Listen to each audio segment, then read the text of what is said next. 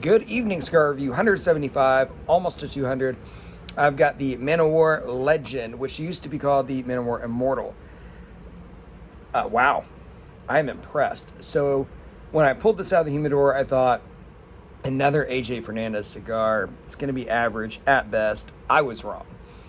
I do like to think that I go into each cigar smoking pretty open-minded. Apparently, I don't always do that, but I was able to override my own biases in this case. Nicaraguan cigar, like I said, made by AJ Fernandez. I don't normally review cigars in thirds, right? I try to review it more holistically, but I think this warrants it. So in the first third of the cigar, it was pretty rough around the edges. Not in a bad way, but more of like probably what a new cigar smoker would think of when you think of smoking a cigar. Like, oh, what am I doing? Rough around the edges, and it had this taste of almost like what my grandmother's old Mercury smelled like when she was smoking cigarettes in it. So it wasn't fantastic. And then a little bit later, I got notes of chocolate, then some cedar came in, brown sugar, and as we got kind of in the middle of the cigar, that continued, right? More chocolate, more cedar, more brown sugar. Then I started getting grilled meats, almost like if you make a steak and you've got that nice crispy crust on the outside, while the inside is still rare like it always should be. That got in there. A little further on, more cream. I start getting cream, I start getting graham cracker. And then those chocolate notes hit even harder. Right now, with about this much left, I have just phenomenal chocolate notes in this cigar. Why was I surprised? These are kind of notes you get in generally really nice cigars, right? Rocky Patel Winter Collection. Some of the Padrones. I mean, this is good. This is very, very good. And of course, when I evaluate cigars, how does it draw? Pretty well. I mean, I would give it B plus, A minus.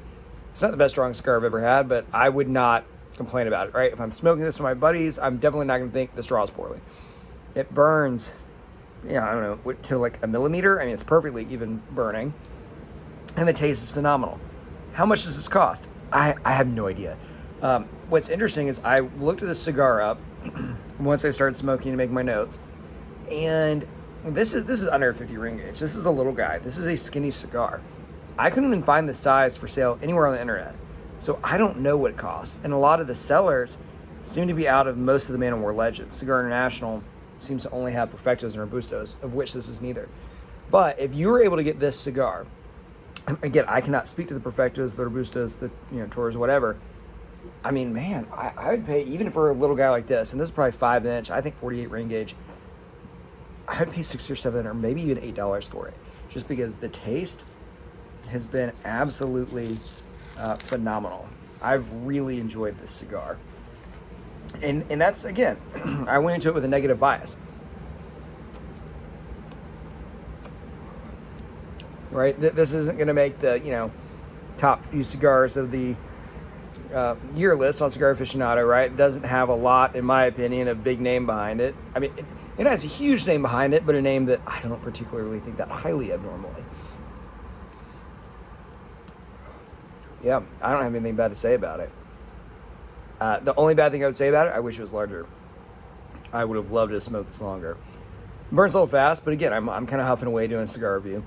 So that's it, guys. Cigar Review 175, the Man of War Legend. I love it. Buy it. If you have the chance, it's not like, if it was like 10 or $11, you can pass. But if you can get it for under it, I'd buy it and try it. I think this is a fantastic cigar. As always, guys, thank you for watching. If there's any cigar companies, send me cigars and I will review them. I promise. And, yeah, thank you for watching, everyone.